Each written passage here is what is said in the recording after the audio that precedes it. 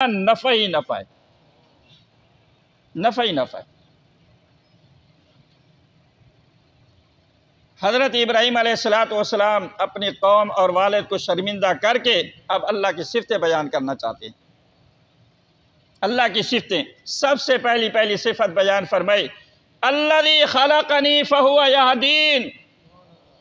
وہ اللہ جس نے مجھے پیدا کیا ہے اور جو میری رہنمائی کرتا ہے دارین کی، دونوں جہانوں کی میری رہنمائی کرتا ہے، دین کی بھی رہنمائی کرتا ہے، دنیا کی بھی رہنمائی کرتا ہے۔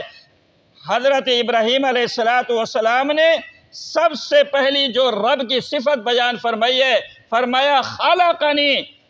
ساری کائنات کو پیدا کرنے والا میرا رب ہے اور مجھے بھی اس نے پیدا کیا ہے۔ مولانا حسین علی رحمۃ اللہ علیہ فرماتے ہیں کہ پورے قرآن مقدس کے اندر اللہ نے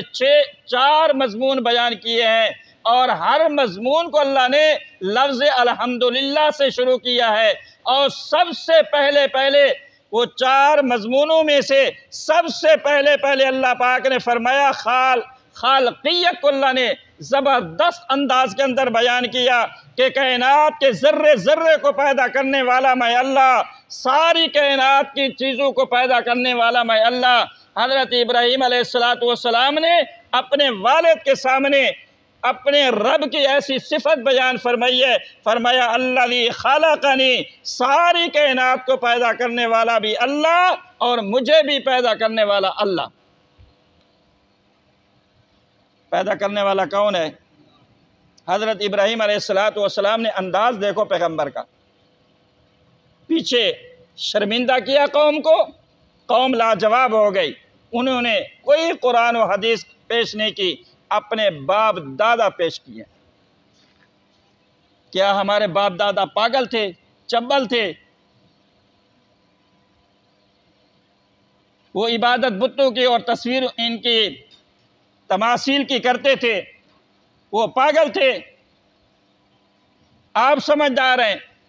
تو ہمیشہ یاد رکھیں، مشرک انسان کے پاس اپنی شرک کے اوپر، اپنی عبادت کے اوپر قرآن و حدیث کی ایک دلیل بھی پیش نہیں کر سکتا، موت تک نہیں کر سکتا۔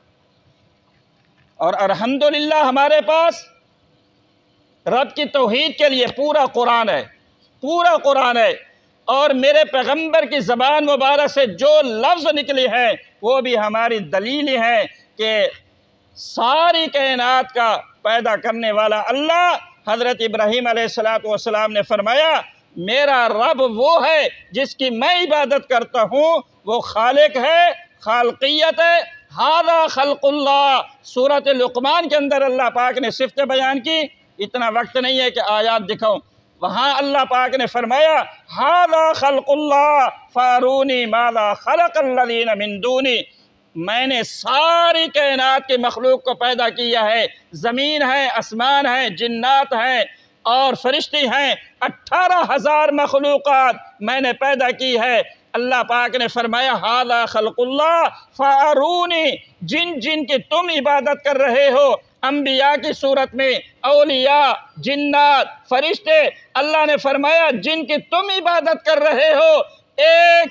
ککھ اور ایک تن کا اگر پیدا کیا ہے تو بے شک تو اس کی عبادت کر، اگر نہیں پیدا کیا تو وہ عبادت کے لائق نہیں ہے، منت منوتی کے لائق نہیں ہے، سجدوں کے لائق نہیں ہے، پکار کے لائق نہیں ہے، تکلیفیں دور کرنے والے نہیں ہیں۔ حضرت ابراہیم علیہ السلام نے فرمایا میرا رب وہ ہے جس کی میں عبادت کرتا ہوں، سجدہ کرتا ہوں، وہ ساری کائنات کو پیدا کرنے والا ہے۔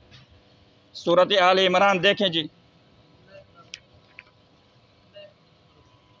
اچھا، حضرت ابراہیم علیہ السلام نے سورۃ آل عمران،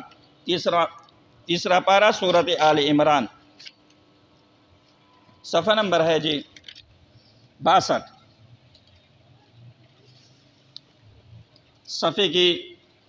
دوسری سطر ہے، هو الذی یصورکم فی الارحام کیف یشاء،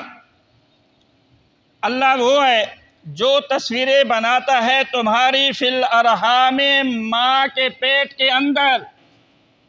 کیف یشا، اپنی مرضی سے جس طرح چاہتا ہے تمہاری تصویریں بناتا ہے،